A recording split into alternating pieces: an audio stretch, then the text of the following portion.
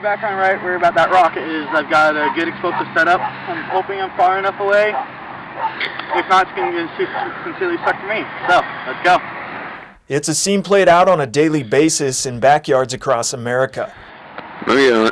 But this video was taken just days before James Glencoe, then 16, lost his hand to a pipe bomb he built in the garage of his parents' Moses Lake home.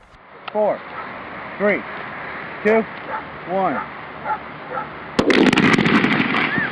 This is something that's been ongoing with James. He's, our little chemist. This has changed him, of course, since this has happened. Constance and Matthew Glencoe have always known about their son's interest in science, but they never knew how far his interest in explosives had gone until December 28, 2011. That's the day James was almost killed after fashioning a pipe bomb out of acetone peroxide, or TATP. The unstable white powder is nearly as powerful as TNT. We knew he was curious. We knew he was experimenting, and he was always tugging at the leash. And I've compared him. He's like a border collie. High energy, high intelligence, and driven from within to be doing something, creating something.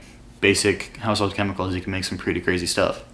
Not guaranteeing that it's safe, but as you can see here.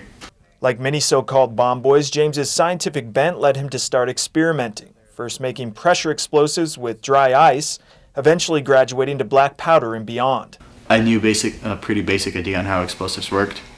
So went from black powder in the containers and stuff to internet. It's just eventually one day I was like, I wonder what results I'd get if I Googled how to build a bomb.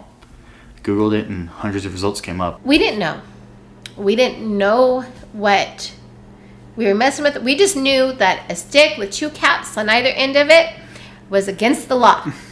This is precisely what James presented his parents with on that December afternoon. I assembled it and then I went upstairs and then I mentioned it to my parents and I'm like, oh yeah, hey, go outside and do that. And they're like, whoa, what's that? I had made stuff previously, but it was mostly black powder and didn't look anywhere near as intimidating. His parents were furious and stood arguing with their son in the bathroom of their master bedroom. And they're saying, okay, you're going to get rid of this thing. I'm thinking, okay, fine, I'll get rid of it now. And just twist off the cap, pour out the powder is what I was expecting and thinking. And then, just dump out, no big deal. And so I remember I went and I grabbed it. I remember it wouldn't twist at first. The bomb exploded, throwing Constance across the room. Then I was, turning towards my bed and knowing it went off. And knowing that they were in the room where it had gone off. Oh my gosh, it went off. Well, what's going on? Oh my gosh, I'm screaming. Okay, get control of yourself. Stop screaming now. And I turned around and my ears had blown out, so I couldn't hear. But I could see James bent over with what was left of his left hand and severe injuries to his right, and they were like this, and he was screaming. After a break, we'll hear what happened next, how the family has healed in the years since, and how they hope the experience can serve as a warning for other parents. We didn't know what the signs meant. There were abundant signs, but what did they mean? Moms typically don't see their sons in warfare. We don't see what happens to them. And I saw. I'm looking around, I'm seeing a lot of blood and stuff laying around. And so I'm like, okay, get mom out of the room, get mom out of the room. I'm not sure how many times I had to say it because it was also hard to hear. And I was like, call 911, but I just quit screaming it. And then I kept doubling over and screaming. Matthew pulled his son into the shower and wrapped his arm in a towel as paramedics rushed to the scene. James was eventually flown to Harborview Medical Center in Seattle, where he spent nearly a week in recovery. And I'm like, my hand's gone, right? And they're like, the doctors see what they can do. And it wasn't like a feeling of loss, like, my hand's gone. But it was just more of a, well, my hand's gone. Well, this changes things. Along with losing his hand, James suffered extensive shrapnel damage to his other hand, chest, and face. You see what I mean by irony? He still has the t-shirt he was wearing that day, and the master bedroom and closet still bear small but constant reminders. Constance says they were finding aftermath of the explosion for weeks afterward. We found part of James's finger under in our bedroom, and it just threw me for a loop. She suffered post-traumatic stress syndrome and says she can't shake thoughts of what might have been. The flashbacks that kept coming to me afterwards was where me is shaking it at my son's face with other people around, and me is shaking it at my husband's chest.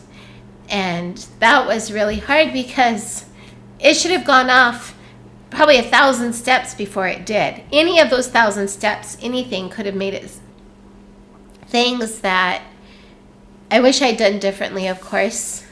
But if we'd known, then we would have done it differently.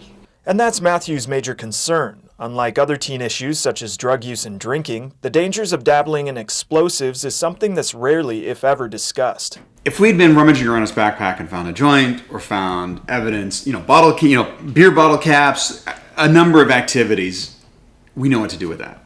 But nobody really talks about this. The authorities don't want to talk about it because they're afraid of giving kids ideas. Well, they've got the ideas.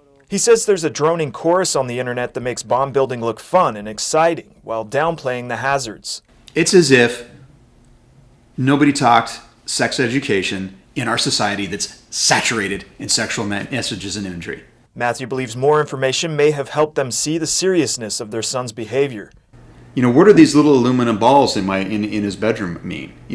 They're telltale signs, but again, nobody talks about it, and we just don't put the pieces together. Their quest for info on the subject eventually led them to Michael Yon, a journalist who's in the process of writing a book called The Bomb Boys.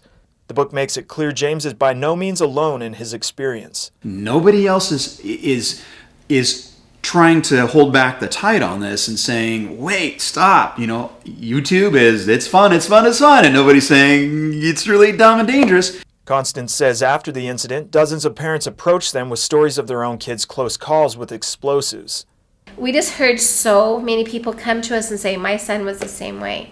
My son was the same way. He just lucked out. Matthew says teenagers are going to do what they do, and that's why informed adults should know what to look for. We need to look in their notebooks. We need to look in their bedrooms. They always hide. It's always there. For his part, James is learning to adapt, a process he says started immediately after the explosion. A lot of people ask, is it weird doing stuff one-handed? And I don't think about, oh, I have to do this one-handed. I think about, okay, let's do this, and then how am I going to do this? So it's a ruler, I cut a little notch in it, then hot glue to pick. Is it all of our boys? No. But there are enough. There are definitely enough. And, this kid could have, it's certainly complicated his life. Gratefully, he doesn't feel encumbered. He's finding his way to work through it. And I think that's the other side of the coin, is that everybody blows up their life in some way or another. If it's in high school doing something stupid, or we get divorced later on, or we lose a job, we all go through catastrophes. How do you deal with it? And that's what really defines us. For more information about this issue, visit iFiBER1.com. For iFiBER1 News, this is Ryan Lancaster reporting.